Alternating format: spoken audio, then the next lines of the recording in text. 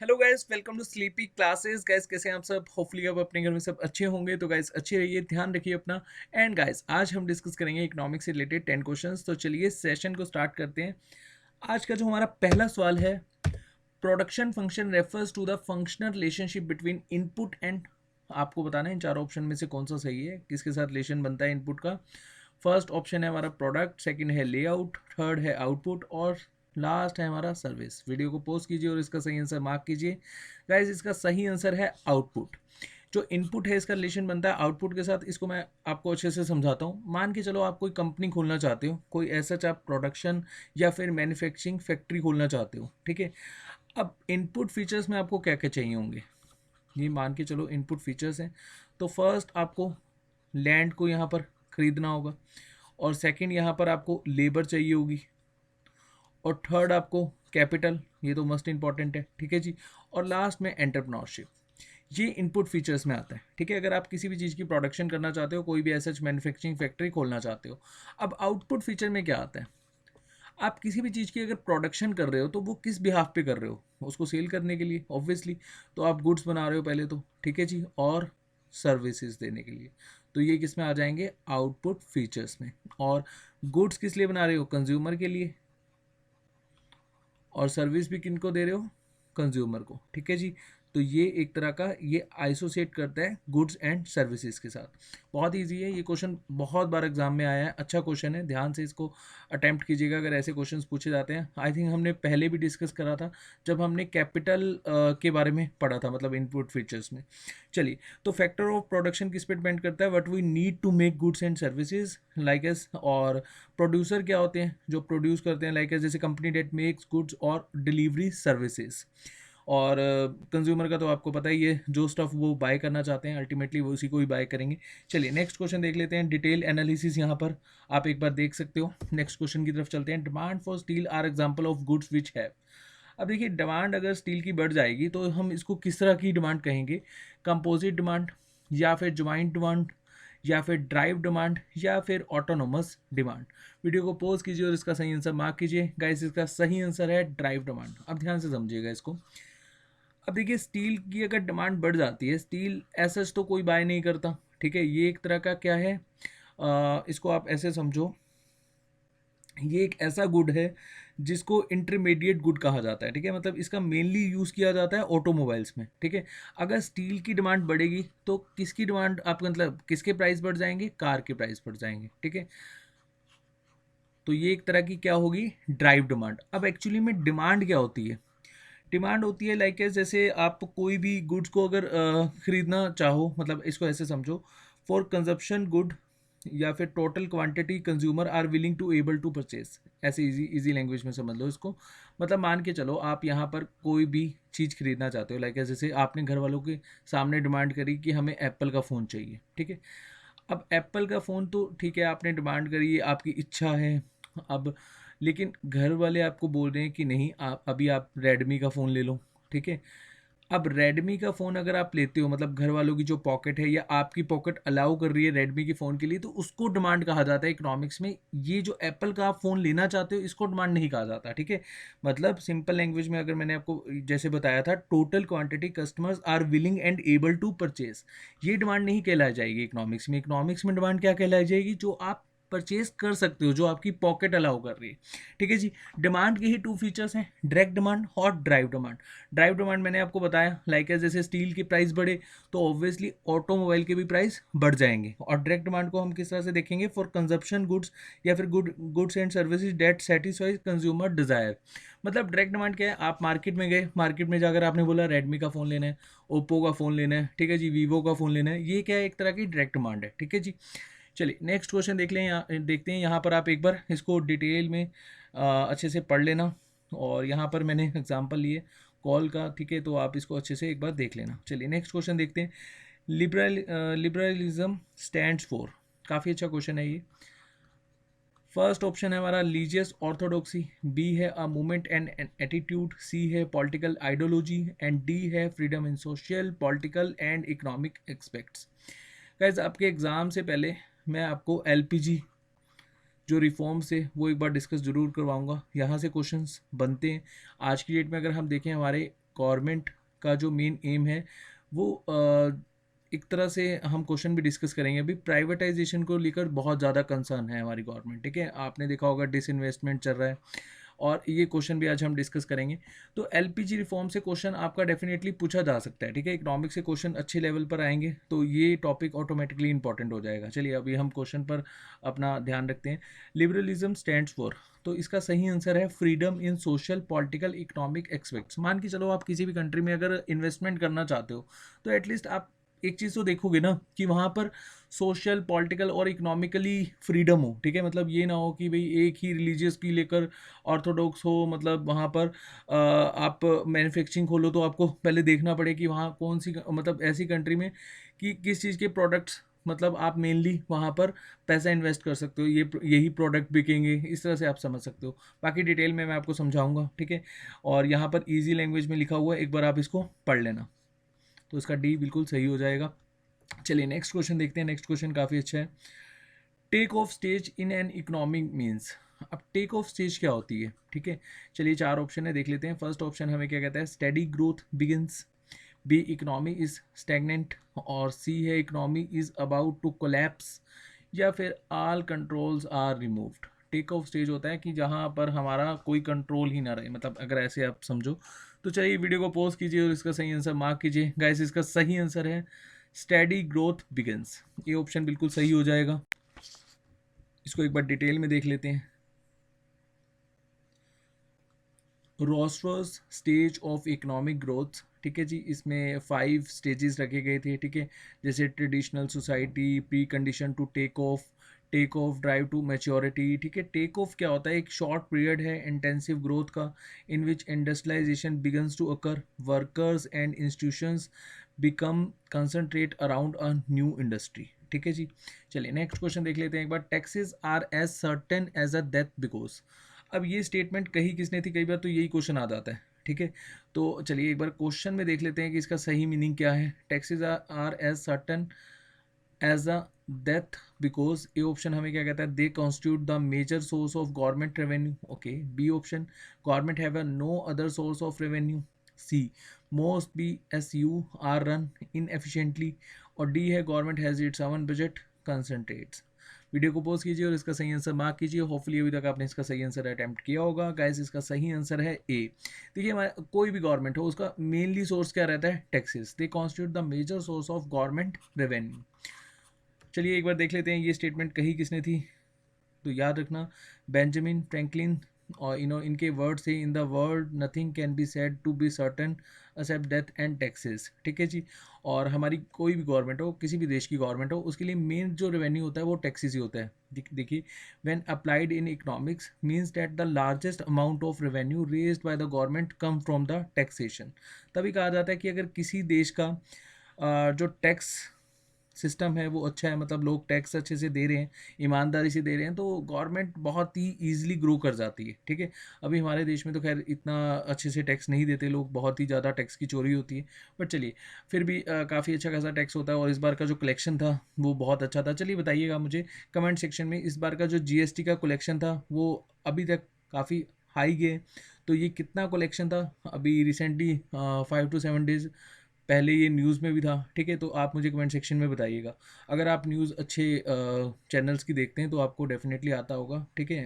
चलिए next question देखते हैं। डिस इन्वेस्टमेंट इज़, और देखिए डिस इन्वेस्टमेंट क्या होती है, ये आजकल बहुत ज़्यादा न्यूज़ में भी है। जब मैंने यहाँ पर ईपीएफओ का फर्स्ट सेशन डाला था, या स्ट्रेटेजी सेशन में मैंने आपको बताया था कि द हिंदू और इंडियन एक्सप्रेस, कोई भी अगर आप न्यूज़पेपर पढ़ रहे हो, इंडियन एक्सप्रेस या द हिंदू, या फिर एक बहुत अच्छा न्यूज़पेपर है जैसे वायर है, बहुत सारे न्यूज़पेपर हैं, इकोनॉमिक टाइम्स है, ठीक है जी। तो जितने भी इंग्लिश के न्यूज़पेपर हैं, अगर आप उनमें से कोई न्यूज़पेपर पढ़ रहे हो तो ये वर्ड डेफिनेटली आपको देखने को मिलेगा, डिसइन्वेस्टमेंट। अब डिसइन्वेस्टमेंट का मतलब क्या होता है, एक बार ऑप्शन के थ्रू देख लेते हैं, फिर मैं आपको समझाता हूँ। ये ऑप्शन हमें क्या कहता है, offloading of shares of private companies to government, okay. B offloading of government shares to private companies, C increase in investment, D closing down of business concern, ठीक है। तो डिसइन्वेस्टमेंट का mainly यहाँ पर answer क्या हो जाएगा आपका B, offloading of government shares to private companies. ठीक है। अभी आपने अगर रिसेंटली बजट ध्यान से पढ़ा होगा, अगर आपने नहीं पढ़ा तो मैं आपको पहले भी बता चुका हूँ, जो स्लीपी क्लासेस हमारा चैनल है, ठीक है जी, जो यूपीएससी और पीसीएस की तैयारी करवाता है, वहाँ पर आप जाकर सर्च कीजिए। ठीक है, आप यूट्यूब पर लिखिए स्लीपी क्लासेस बजट, और 2 सेशंस आएंगे, वो दोनों सेशन अच्छे से देख कर जाना एग्ज़ाम से पहले।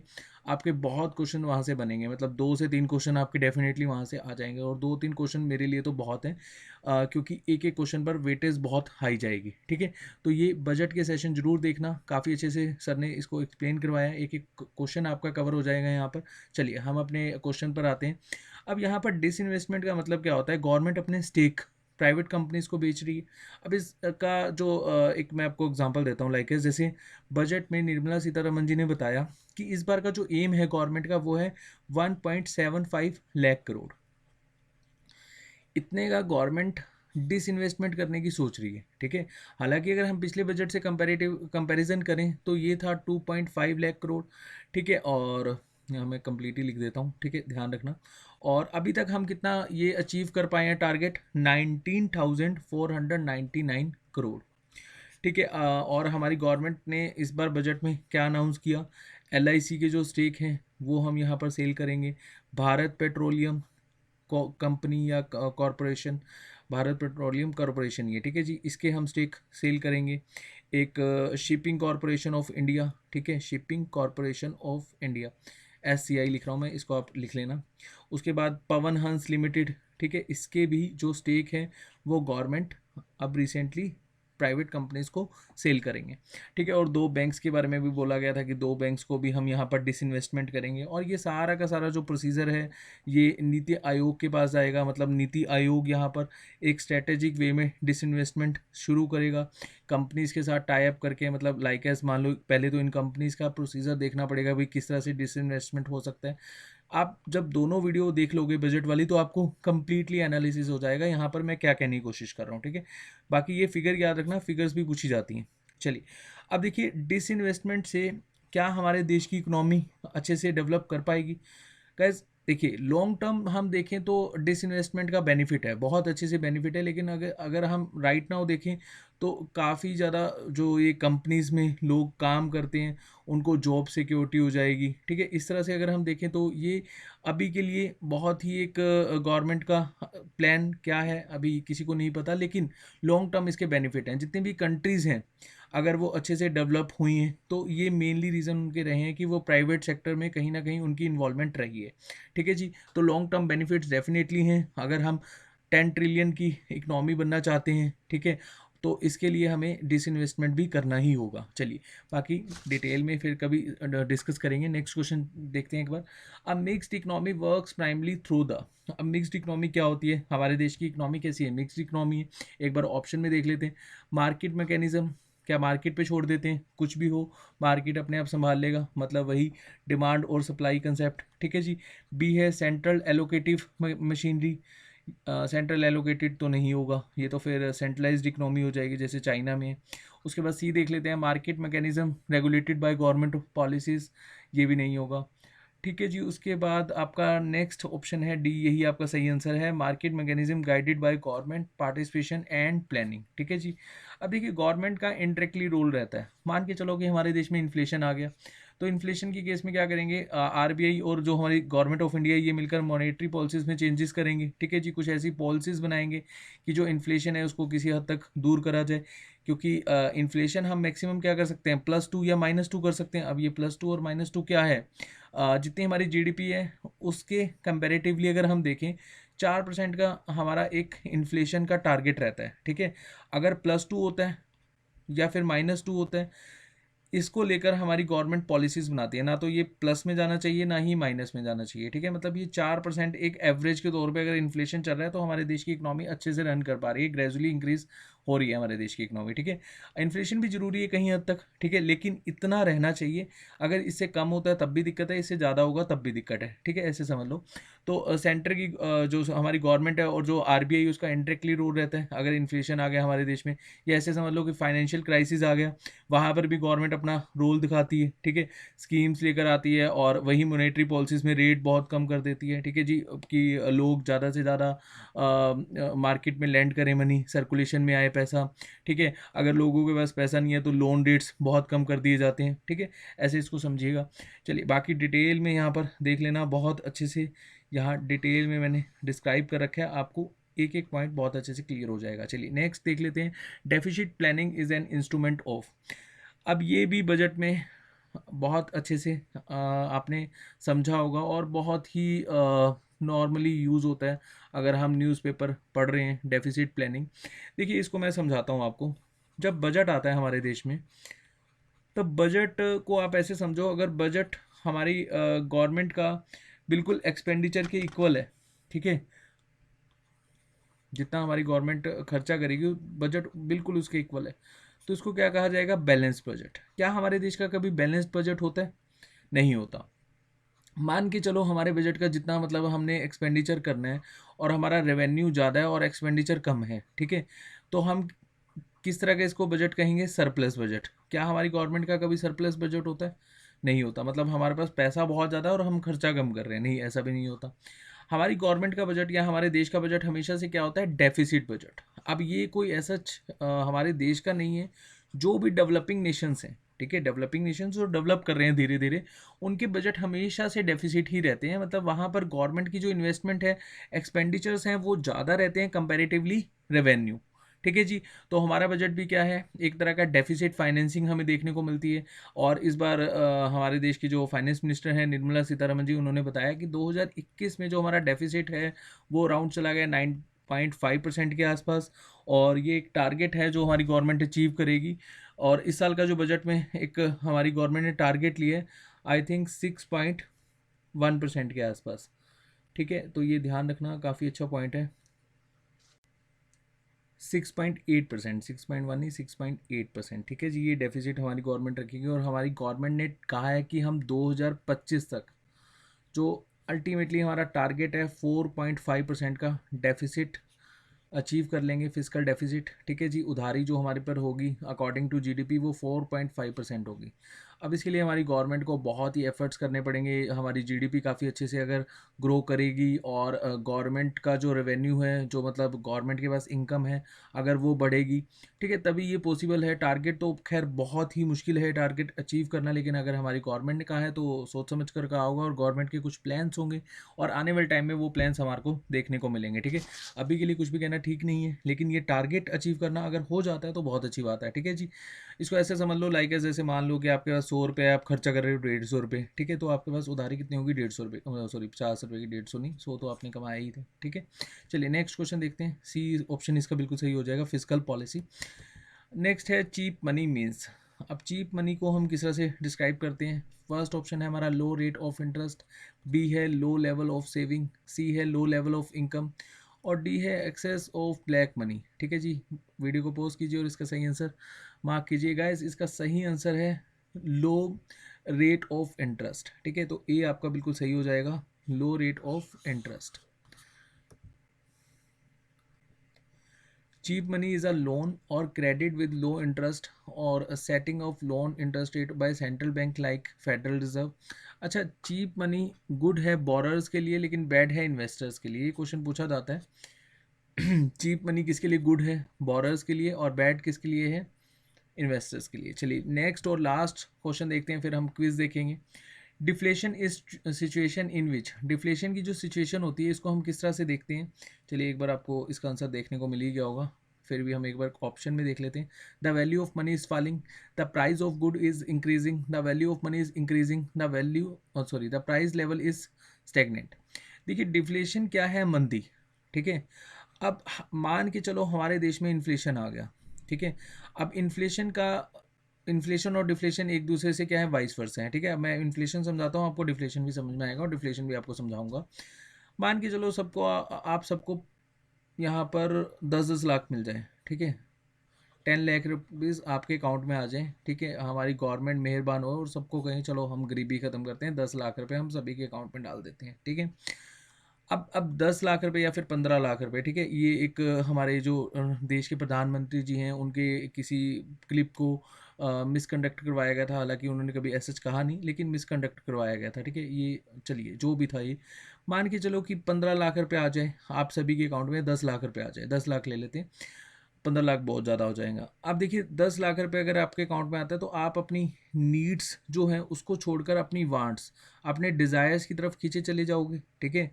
अब नीड्स क्या है हमारी, रोटी कपड़ा मकान, ये तो हमारे घर वाले वैसे ही फुलफ़िल कर देते हैं। अब वांट्स क्या है हमारी, कि हम बढ़िया से लग्ज़री कार में घूमने फिरने जाएँ और बढ़िया बढ़िया लोकेशन में घूमने जाएँ। अभी खैर कोरोना वायरस चल रहा है, आप लोगों को घूमना जो फिरना है वो भी नहीं चाहिए, ठीक है, पेपर पास चल रहे हैं, बट फिर भी चलिए मानिए कोरोना वायरस नहीं है और आपके जो वांट्स हैं वो ऐसी ही हैं कि आप घूमने चाहते हैं, ठीक है, और अच्छी अच्छी शॉपिंग करना चाहते हैं, तो आप यहाँ पर मार्केट में भयंकर तरीके से पैसे का फ्लो करेंगे, ठीक है। अब हमारे देश की पॉपुलेशन 130 करोड़ है, मानो यहाँ पर 130 करोड़, मेरे को ऐसा लगता है इससे ज़्यादा ही होगी। चलिए अब 130 करोड़ की पॉपुलेशन अगर मार्केट में ये 10 लाख रुपए उतार दे तो मार्केट में तो पैसे का एक तरह से सैलाब आ जाएगा, ठीक है। अब प्रोडक्शन क्या होती है, लिमिटेड, और इकोनॉमिक्स में हम एक चीज़ पढ़ते हैं, जो रॉ मटेरियल्स हैं वो बहुत ही रेयर्स हैं, ठीक है, रेयर हैं। अब प्रोडक्शन लिमिटेड है और ये सब चीज़ें अगर हम देखें कि भाई हमारा सारा का सारा अगर पैसे का फ्लो इतना ज़्यादा हो जाएगा तो मार्केट में कहीं ना कहीं अगर आप कोई भी चीज़ बाय करना चाहते हो तो उसके रेट डबल हो जाएंगे और एक टाइम आएगा ट्रिपल हो जाएंगे, एक टाइम आएगा 4 गुना हो जाएंगे, ठीक है। तो पैसे की वैल्यू क्या हो जाएगी, बहुत कम हो जाएगी। पहले आप 5,000 में एक बढ़िया से शूज़ लेकर आते थे, ठीक है, अब वही शूज़ आपको मिलेंगे 15,000 रुपये में, ठीक है। तो पैसे की वैल्यू क्या हो गई, कम हो गई, ठीक है। पहले जो 5,000 में चीज़ मिल रही थी वो कितने में मिल रही है, 15,000 रुपये में। और डिफ्लेशन के केस में उल्टा है, लोगों के पास पैसा ही नहीं है, ठीक है। अब पैसा नहीं है तो जो मनी है उसकी वैल्यू इंक्रीज होगी ऑब्वियसली, क्योंकि इन्फ्लेशन में हमने क्या देखा, वैल्यू ऑफ मनी क्या हुई, डिक्रीज हुई। तो डिफ्लेशन में क्या हो जाएगा, वैल्यू ऑफ मनी इंक्रीज हो जाएगी, क्योंकि यहाँ पर लोगों के पास पैसा ही नहीं है, ठीक है जी। चलिए, तो होपफुली आपको समझ में आ गया होगा। बाकी हमारी गवर्नमेंट किसी को इस तरह से पैसे नहीं दे सकती, क्योंकि मैंने आपको बताया था इकोनॉमी में हर चीज़ को हम समझ कर ही करते हैं, और पैसा जो हमारा प्रिंट होता है वो भी एक प्रॉपर एक मैकेनिज्म के थ्रू होता है, हमें रिजर्व करना पड़ता है, ठीक है। ये स्टैंडर्ड है 200 करोड़ रुपीज़ का, 150 करोड़ का, सॉरी 115 करोड़ का हमारे पास गोल्ड रिजर्व में होता है, और 85 करोड़ का हमारे पास फॉरेक्स रिजर्व में होता है, ठीक है।